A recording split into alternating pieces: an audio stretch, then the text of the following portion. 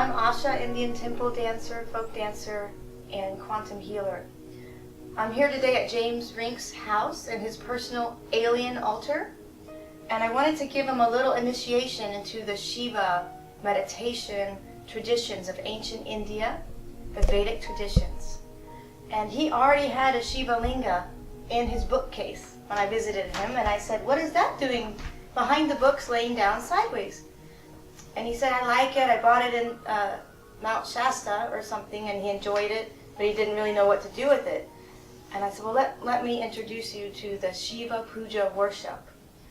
Shiva is the king of meditation. He brought meditation and dance to the world. This is the physical male principle. It's a natural occurring stone that is from Shiva himself, and it came to earth from outer space a long time ago. And just like the Egyptian lore, where Osiris's male principle part, the penis, was cut up into like 7 or 9 pieces and put all over different places. Well, the Shiva linga has a similar story, and that had been dispersed and cut up into like 9 different places in India. But you find these in the Ganges River, and they come naturally. They're always in these red colors, which the red is the blood of the Mother Earth, so it represents the feminine on the masculine. And the stones are usually a nice gray color. And they come all this shapes and sizes between 1, maybe 1/4 of an inch, all the way. I've seen some this big before, 2 or 3. I've seen 3 feet big ones. Very rare, very, very rare.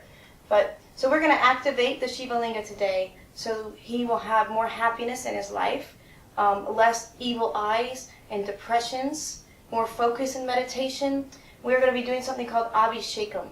We're just going to be using water. Water is Ganga. Ganga is the goddess, the Mother Earth's essence. You can also use milk and many other products like mango and orange juice. But the number one is water and milk, I would say. And then afterwards, after we initiate the Shiva linga, it has to stay up every day in a very special altar place in a vessel. The vessel represents the yoni, or the female aspect. They're always put together, the male. The male is held up by the female. So this is a Abhishekam Puja, and we are going to use the 5 elements today. So if you wanted to make an altar at your house before you meditate, you would want to have the 5 elements present: earth, air, fire, and water. And ether would be the spiritual aspect, which you could use camphor. We're going to use incense as smell, and also with the smoke representing ether. And you also, flowers are fine. You can add fruit and flowers, but the main thing is fire. And you also want a sound, a bell for earth, or we're going to be our own sound. We're going to go Om to represent the sound. Then we have some water, and you always want a clean vessel. So it can even be a styrofoam vessel that's brand new, or a brand new cup that's only dedicated directly every day for puja use, not for human consumption of other products, just puja use. And you want to have a nice bowl that's also for puja use only, under to catch the water. Okay, so we will begin the puja, and we always begin the pujas in India with Ganesha, the elephant god. He removes obstacles. Without him, you can't get to any of the gods or goddesses, and so he's the most popular god in India, and he's in front of every single temple. He's always in every single temple. So you wouldn't really go anywhere without seeing Ganesha. So we'll do a simple Ganesha puja just to get the thing started. We like the number 108, but when you're in a big hurry, you can always, it's divisible by 9s. So 3 is also okay if you're in a really big hurry. So we'll do 3 today just to get you guys the idea, but if you could times everything we're saying by doing 108 times, that would be ideal. You can buy Hindu malas, and they have 108 beads on them, and use your right hand to count them. And use your thumb and your ring finger, and you slide up as you count the mantras. So we will just do 3 today for simplicity. I'm going to start with the chakras in the lower chakras, so that when you finish your Om, it's vibrating through the 3rd eye into the crown. And that will charge all your chakras for the whole day, and sound will eliminate and cleanse the chakras. Okay. So I'll do Om 3 times, and as we're umming, I will do some pujas, and I'll start lighting the fire and doing the incense and stuff like that. I mean, we like to do things too clockwise, always with the right hand. Basically, during a puja, take your left hand and just put it behind your back so you don't accidentally touch things. At least this is a traditional Hindu Vedic ceremony. Okay.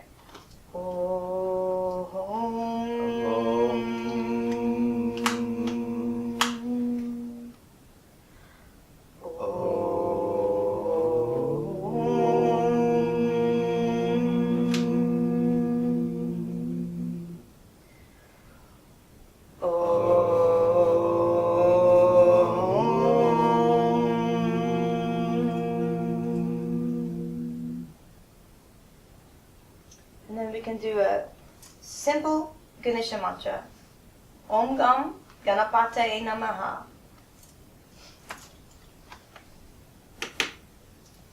And a super secret mudra from India is 2 fingers like scissors. Your pointer finger and your middle finger, reversing the arms, crossing over, left over right or right over left, and you pinch the ends of your ears as if you have earrings. And this will take the left and right hemisphere of the brain and combine them into one brain. It's called one brain yoga.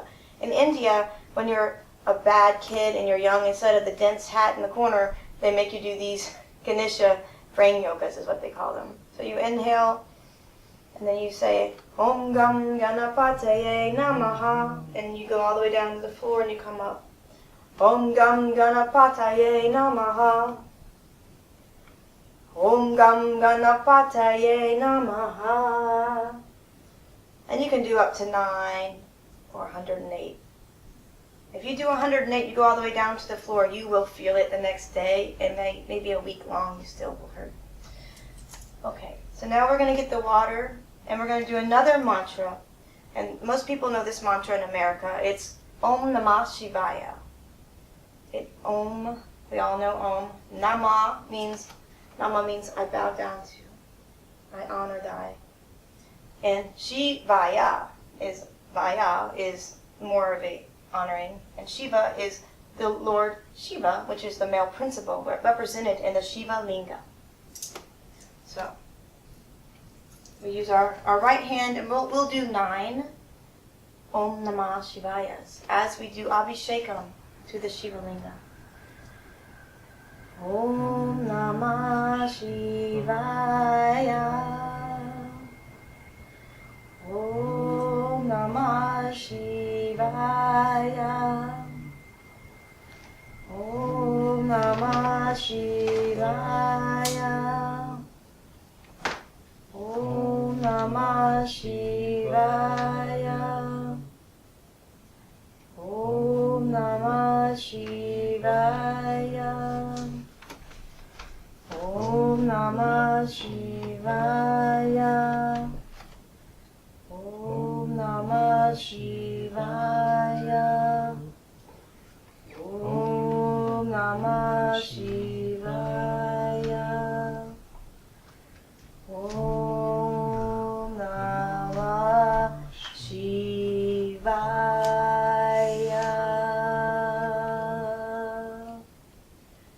And we always end with Om Shanti, Shanti, Shanti.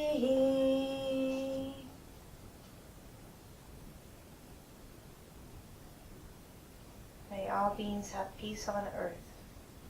That's what that means. And we close our eyes and we internalize the worship within.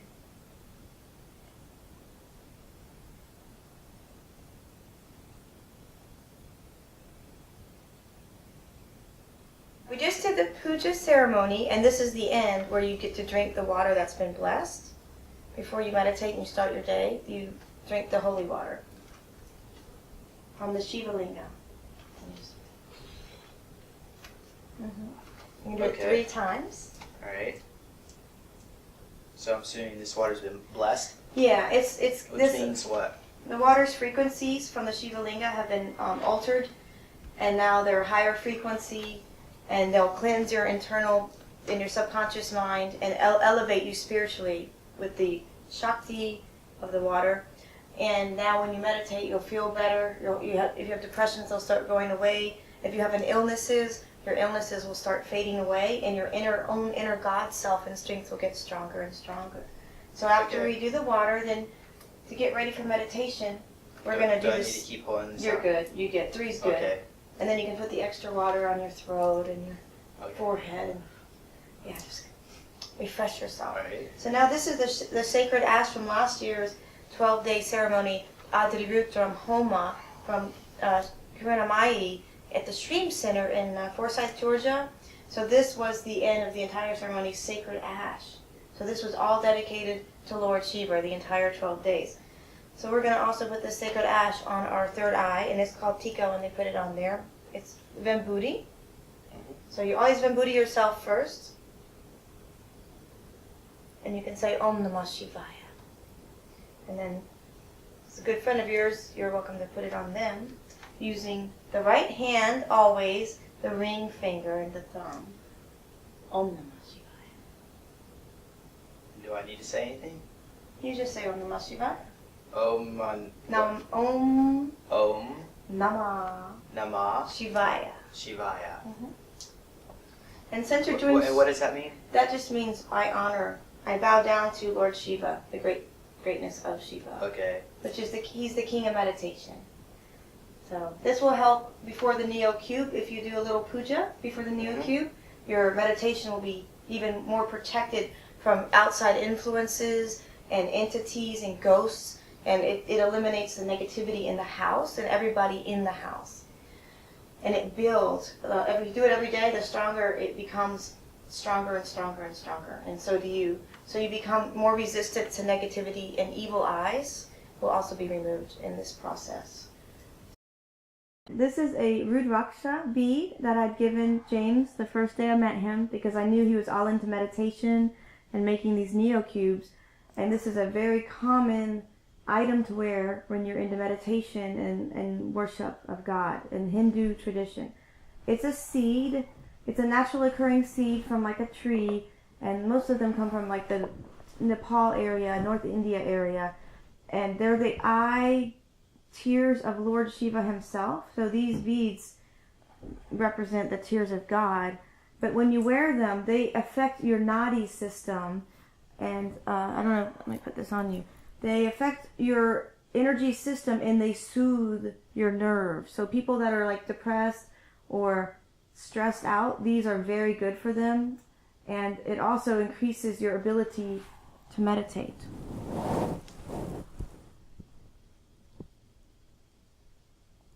Is there some kind of crystals inside of it? No, it's just a naturally occurring seed. And there's different ones, like an orange, you can count the pieces, and each one would stand for a different god or goddess or a different planet or element. And the most common one is 5, and that's the Shiva one. Sometimes you can wear malas, 108 on one mala, and you can use them for meditation as well. Or just wearing one bead is fine. There are some rules with this bead, and it's nice to know what they are. Lord Shiva rides the cow, so they ask that if you do wear a Rudraksha bead, you do not eat meat during the time the bead is on your body. So you would just take the beads off and put them in a pouch somewhere, and then, eat whatever. Also, they also ask if you go to the restroom, do not bring your bead into the restroom with you. They like it clean, like the energy very clean. So they recommend you also put that in a little satchel, and then it's been covered from the energy of the bathroom. Would you like to learn a meditation mantra for meditation from India? Okay. This is also from Karunamai Amma, and it's a seed mantra. Seed is just a really powerful vibrations. They don't themselves mean anything particular, but they add the punch. They add like revving up, the engine. They add more power to the mantra itself. And this one is given to you anytime you meet Amma. And she recommends it before meditation. It's actually a meditation mantra, and it helps heal the brain, and it can literally close holes in your brain. A lot of people, when they get older, they get prions and holes in the brain that cause all sorts of mental disorders and other diseases like dementia and Alzheimer's and other things from the brain having little hole pockets. And now you can see that in PET scans And books like the Dr. Amen Clinic, they can show you what it looks like when you have holes in the brain. It's not very nice. So this is like brain exercise as well. And of course, they like the number 9 or 27 or 108 to say this mantra out loud. And we'll write it down on the website so people can practice it. Okay? Just repeat after me. We'll do it 9 times before we meditate with our Neo cubes. Okay, and what does this do or This mean? is a name. This is a mantra for Saraswati, and Saraswati is the goddess that rides the peacock. And the 9 nights of the goddess were the ancient times. There was a war between the demons, and the goddesses had to come down and kick their butts because all the male gods needed a little bit of help. And so there's this big war that went down a long time ago. It's in the Vedas. And this is the last day. It's called the Day of Victory, and this is when all the demons were completely wiped off the planet Earth. And we wouldn't be here today without this 9 nights of the goddess that happened. It's celebrated every year like Christmas. It's 9 nights, and then the 10th day is the Day of Victory. And Amma, Karina Mai Amma, was born on the 10th day of victory.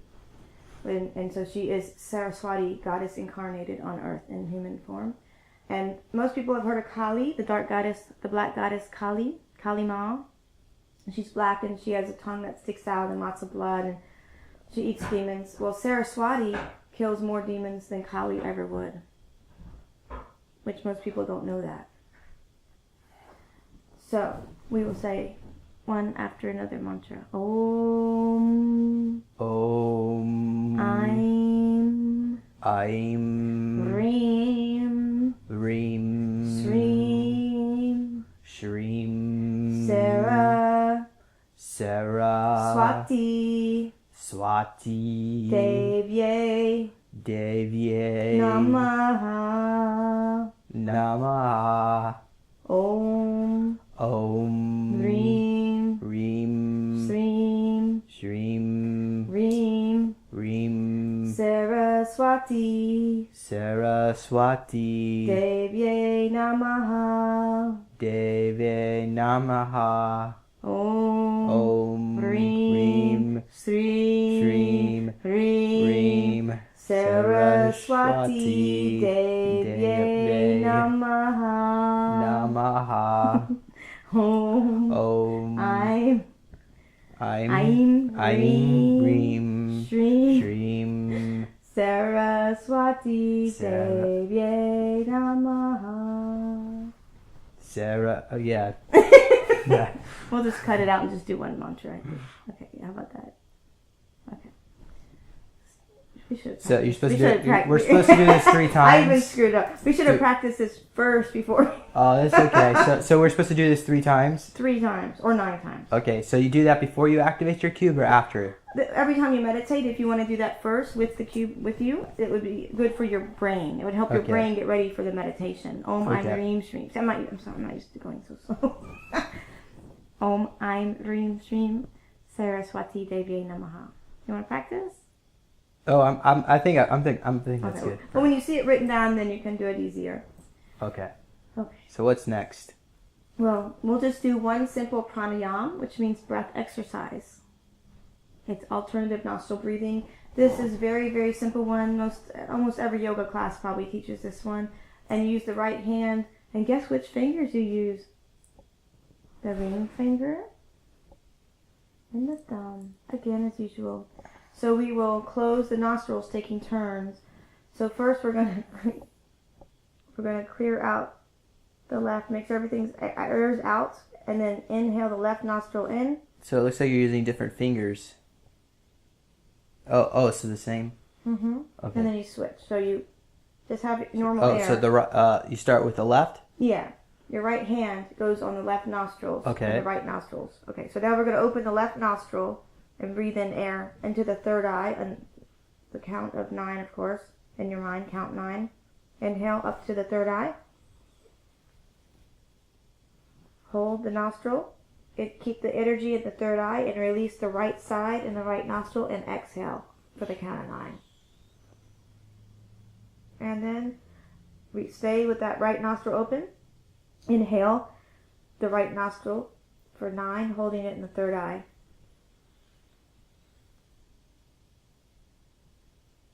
Then after 9, release the left side and exhale. Stay open and then inhale. This is 1 round. We're doing 2 more rounds. Inhaling the left, closing both nostrils, counting the eye, leaving the energy in the third eye, and then releasing the right nostril and exhaling on the count of 9. Leaving the right nostril open, inhale after the count of 9, then do the in-breath count of 9, holding the energy in the third eye.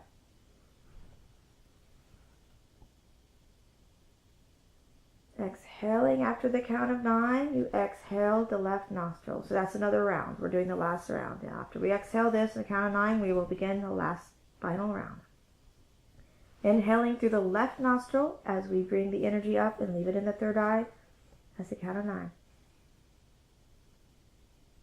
Pinch off both sides. Let the energy vibrate in the third eye, Asha chakra center, and release the right nostril. Exhale for 9. And inhale, leaving that right nostril open and inhaling for 9, and then closing when you get there. Both nostrils. Leave the energy in the third eye, Asha center. And then exhale by releasing the left side of the nostril and breathing out the air for the count of 9.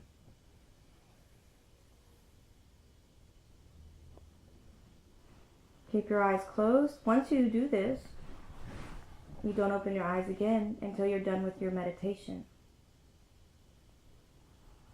Take it from here, James Rink. Okay, so at this point I would activate my cube, which I would use the basic activation protocol, which is on the website as well, where I, of course, when I do this, I don't touch the cube. I keep it between my hands, my palm chakras, and I just do it internally, but for the sake of this video, I'm going to say it out loud. Device, activate and increase. And I just wait till I feel the energy sensations in my palms. Device, I trust you completely to integrate my mind, body, and spirit. Stargate, I trust you completely. And some people may visualize a stargate. Sometimes you see it. Some people don't see it. Some people do. It all kind of depends on whether your third eye is activated. Wait. And if you don't see the stargate, just continue on the next step. Say device, activate stargate mode. Or you could say, Stargate, I trust you completely, integrate my mind, body, and spirit. That's optional, but you definitely need to say, device, activate Stargate mode, and then automatic mode. And that tells the device that it knows what to do, and that, again, goes with the conscious energy, or the conscious technology, because the device is a sentient creature that helps draw into your reality what it is that you desire. And so I guess at this point, I guess the Asha, the mantra we did was to help. What was the goal of the mantra again? The mantra helps your brain get ready to meditate and focus and clear, and the sounds of the mantra, the seed syllables, activate the correct centers in the brain to produce a better, more intense meditation. All right. Well, I guess more specifically, what I was trying to get at is, is it a type of meditation we should focus on? Maybe like love or peace or harmony, or is it just clearing the energy field? Is what it? Yeah, it basically clears the energy field, and then the traditional way for meditating after that mantra is to put your concentration between the eyebrows and try to physically find the space inside your mind, literally behind your pineal gland, behind the eyebrows. But you just put your consciousness, your awareness, and you might use your hand if you cannot find your eyebrows, and touch right between your eyebrows, and then just remember to go right back there. Anytime your mind thinks about a thought, a place, a thing, future or past, or anything, then you say, oh yeah, and then you go bring your mind back to that physical place of rest behind the eyebrows. They say this is where Shiva and Shakti meet and come together and become one in union of bliss. Okay. And is there any kind of certain posture we're supposed to be in that you would recommend for meditation? The yogis and yoginis I've studied with, they are all happy with you having a straight spine. And if you need a chair behind you, that's great. If you want to sit on the floor, Indian style, that's fine, or a chair, that's also fine. And if you're having physical discomfort, you're welcome to lay flat on the bed or on the floor. So that the most important thing is that your spine is straight. And what happens if you fall asleep during the meditation? It's a healthy response, and it's probably good. You're probably healing parts of your brain while you're meditating. And if you wake up from the meditation sleep, then I would say go right back to meditation again, or you might want to do the mantra again. That mantra will help wake you up as well. The one that I gave you is the supreme mantra for meditation, so I don't think you would need another one. You could do the Om Namah Shivaya, of course, if you can't remember the other mantra when you're in meditation. It's always a good idea to throw a mantra out when you're meditating and your mind isn't paying attention to the meditation. You can always do Om Namah Shivaya. Okay. Well, at this point, I usually just, I meditate for about 30 minutes, just listen to some relaxing music, and I don't really listen to guided meditations, at least not at this point. But you can if you want. Just clear your mind, and whatever comes to your mind or whatever you need to focus on is the direction you need to go. There's no right or wrong way to do this. We recommend at least 11 minutes a day, because studies have shown that you need to meditate a minimum of 11 minutes, and that's what helps get your brain down to a certain frequency of, I believe it's between theta and alpha brainwave frequency, which is like a deep daydream is what you want, not like so deep you're like falling asleep, and not so awake, your mind is racing. Mm-hmm. And actually the goal is to get your brainwave at that frequency and keep it there, so when you're done meditating, your brain will continue to stay at that point, so that way during the daytime, when a bunch of all your problems of life are thrown at you, you remain calm and composed, and you don't get all the stress. It doesn't bother you as much. And I found that if you're still new to meditation and you're trying to learn and you're having trouble concentrating, all these tricks that we talked about today will help. This is a very good training device, amazing. And all the pranayams, mantras, and the puja, the 5-element puja will help. If you do yoga, you can do yoga after you do all the puja stuff and do your yoga practice, then do the meditation. And you will pretty most likely get there very fast, because that's what yoga was invented for. That's the whole purpose of yoga. It means union, and union with yourself, and the body is being used as a tool to find your inner self.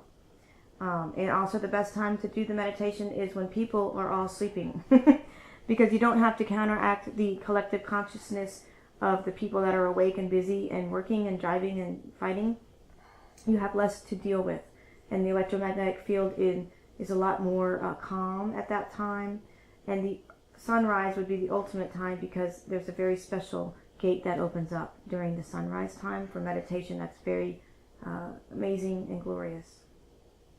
Okay, well, so at that point we say and when we're done we say 3 times, or not. You can do 9 times. You can do 9 times.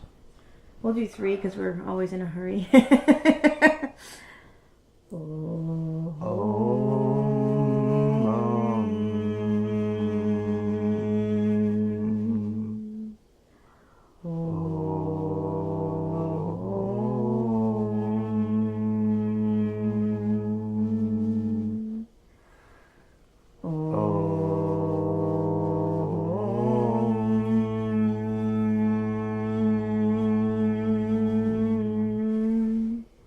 Good ending and beginning for meditation. And do you need to hold your fingers like this when doing that? If you want to. There's many mudras you can do. If you get into one naturally, that's fine. And that's what this is called, a mudra? Mm-hmm. These are called mudras. And what does that mean, mudra? A mudra means a hand position, and each finger is a different planet and would represent different things that you're trying to achieve. And what was the one where you're doing your hands like that? I was just feeling the energy, trying to express so that people listening could feel. It's probably hard to hear the energy, but we're starting with the on the bottom, 1st and 2nd chakra, and we're vibrating internally and going through the solar plexus, and then vibrating them to the heart, and then the throat, and then the 3rd eye, and then the end is like the very top, vibrating of the crown. And if you want to do a tongue mudra, it's Kittara. You take the tip of the tongue while you're meditating, and you put it on the roof of the mouth, a little bit curved in. And that completes the circuit of your own body's electrical system. At the two masculine and feminine Shakti, the Pingala, and they become one when you have that circuit closed. And eventually, hopefully, you'll have all your crown chakra open and everything will be cleared out, and you'll get into a bliss state where you don't need much sleep anymore, and you'll have nectar, divine nectar comes out of that pineal gland, and it will drip into your throat, and it'll be like trying to drink a smoothie from Smoothie King. I mean, it's just like you feel this stuff coming down, and then you're in like so much bliss, you don't want to do anything except just sit there. You really can't. Actually, you can't do anything except enjoy the bliss, and it's beyond any experience on earth that you can experience other than yourself as one supreme happiness. So that's a Kundalini activation? That's when you finally have all your chakras cleared, and then that is the nectar of the gods. The immortality nectar starts dripping down your throat. That's when the blisses start coming, and it can be very intense. Have you got to that point? I've been there a lot, and to me it was a little difficult to drive my car and be a regular working human being while I was having hours and hours and hours of bliss all night long. So does it feel like having an orgasm over like continuously, or is that something different? I would say the brain can produce similar chemicals, but it's not so like it can be that intense if you have an awakening, the Kundalini awakening, and a crown chakra awakening. It can be probably way more than that intense than that. But it can also be a gradual, slow thing, and then you'll find yourself going in and out of meditation spontaneously without trying. But it's a discipline and it's a dedication, and it does take continuously consecutive practices. Okay, so at that point, say device in session, and then I put my cube in my special place right there every day, and I usually meditate first thing when I get up in the morning. So I just find it's just easier if I start my day and start doing something else. I get distracted. Like if I have to go cut the grass or something, I'll get on a phone call or something. But yeah, it doesn't. It's harder to get there too. Yeah. So, but anyway, Asha, you have used some of the different type of Neo devices. Of course, the one you got on your lap is the Skullum, which actually has a little crystal skull inside.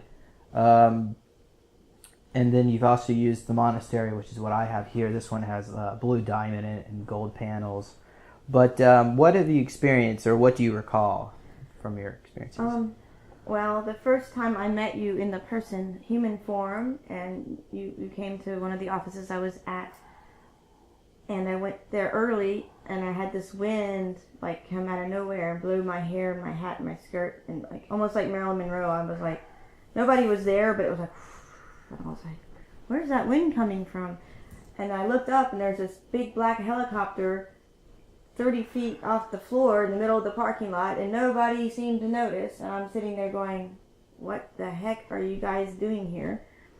And there's this dude dressed in all black with a black helmet and black visor thing, like a bubble, and he had on black camo, like totally black boots and everything. And I don't know what it was. It was sort of like a gun thing, and he was out of the helicopter while it was flying, pointing at me with this, looks like a gun, but I wasn't scared.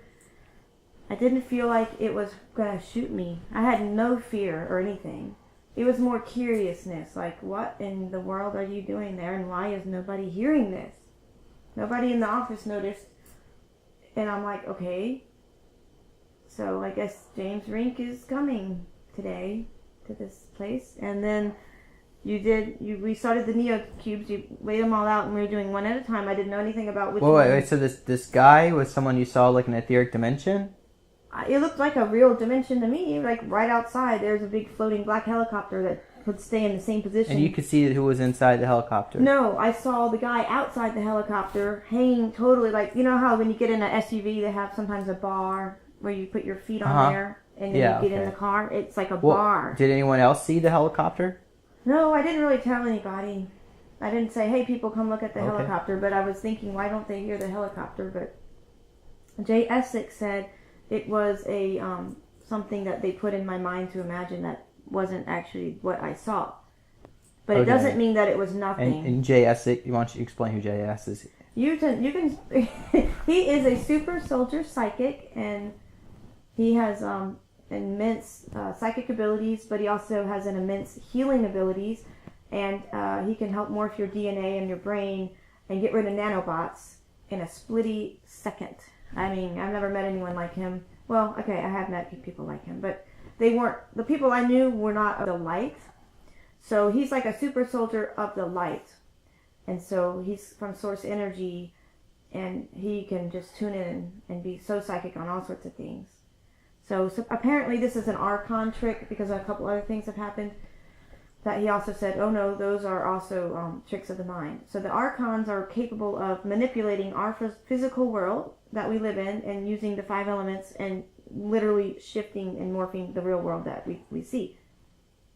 And it looks real to us because it's there and we see it. Okay. All right. So before we got one sidetracked here, so you were saying, what were you saying after?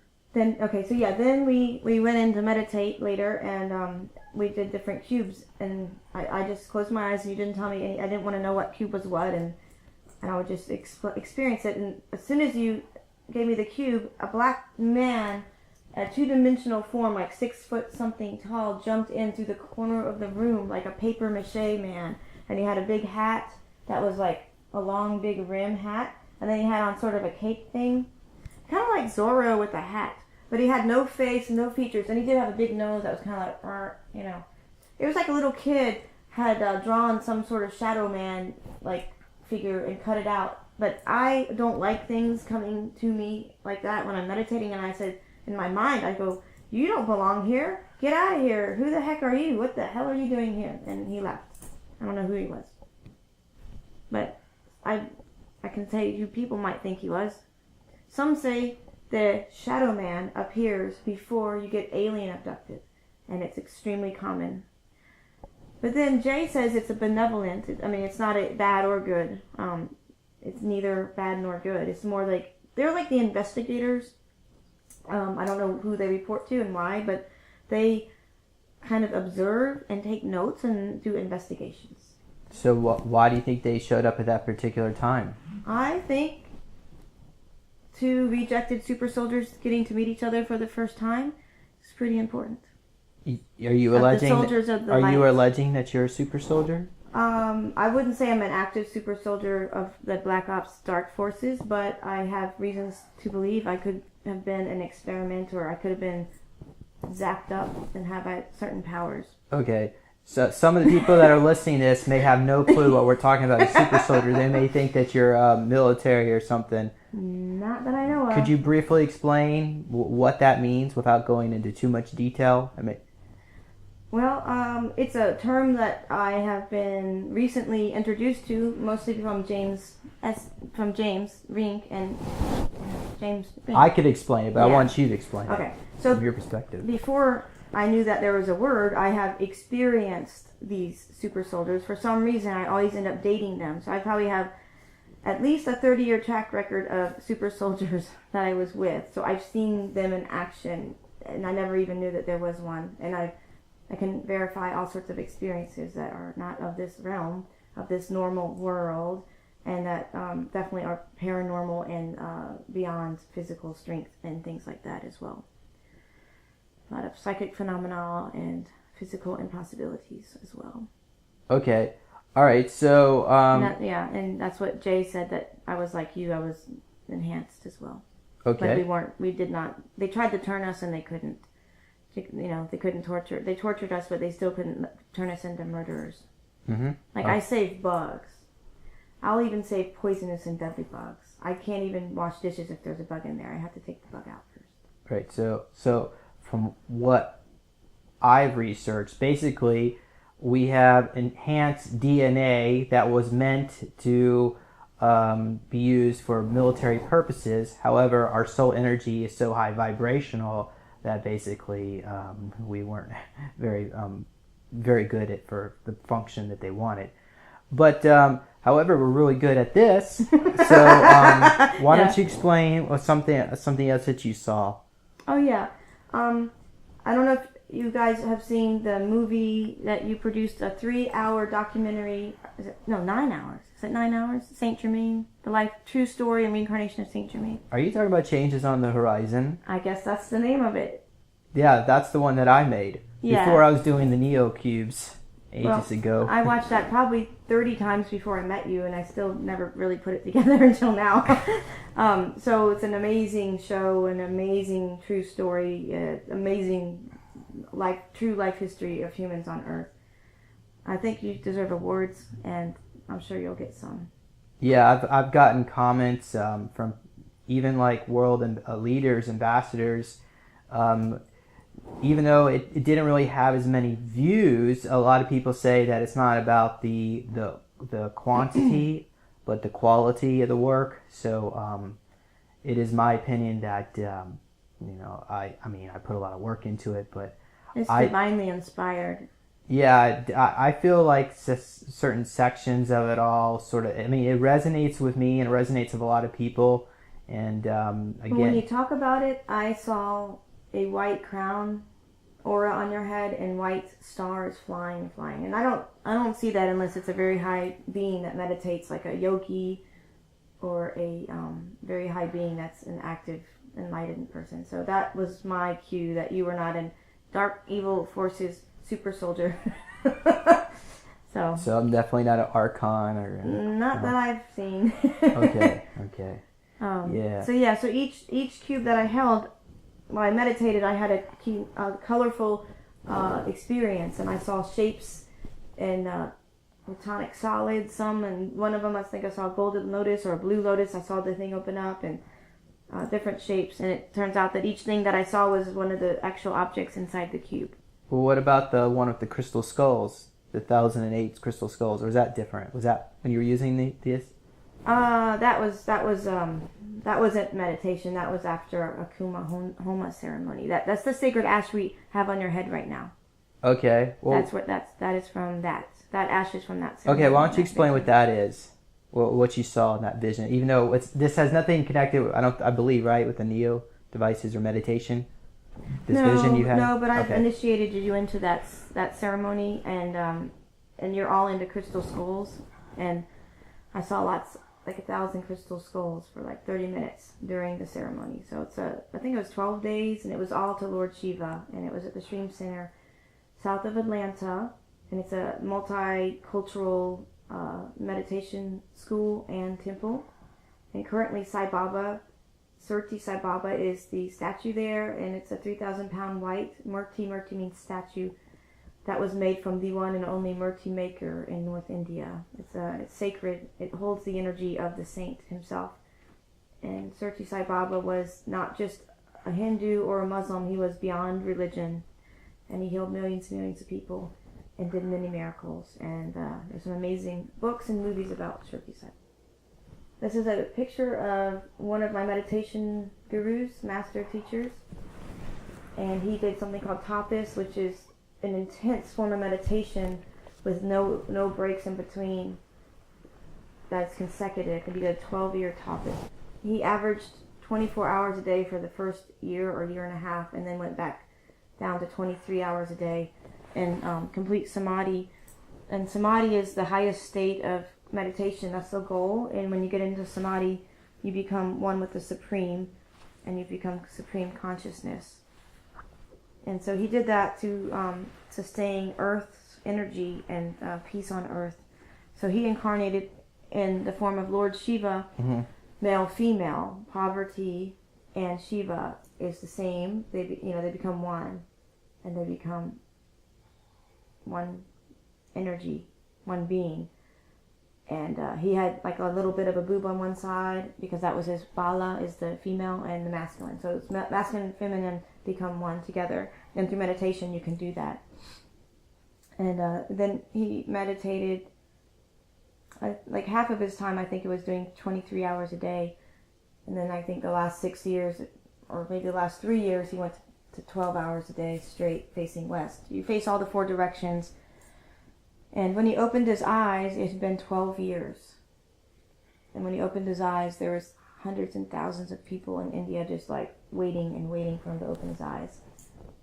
And it was intense. And his goal for this earth, for incarnating on earth, was to share meditation, proper, easy meditation, and a technique that would be effortless compared to all the other techniques, to Americans, to the Western world. Because apparently our minds in America and the Western world were so disturbed, and so we were literally throwing the entire planet off. And we were in danger of blowing ourselves up and having a complete nuclear war meltdown. And the only way to stop that was to calm the minds down.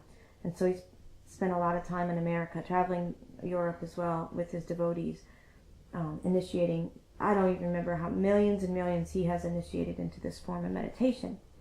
And it's called Dhyan meditation, and it just means simply meditation.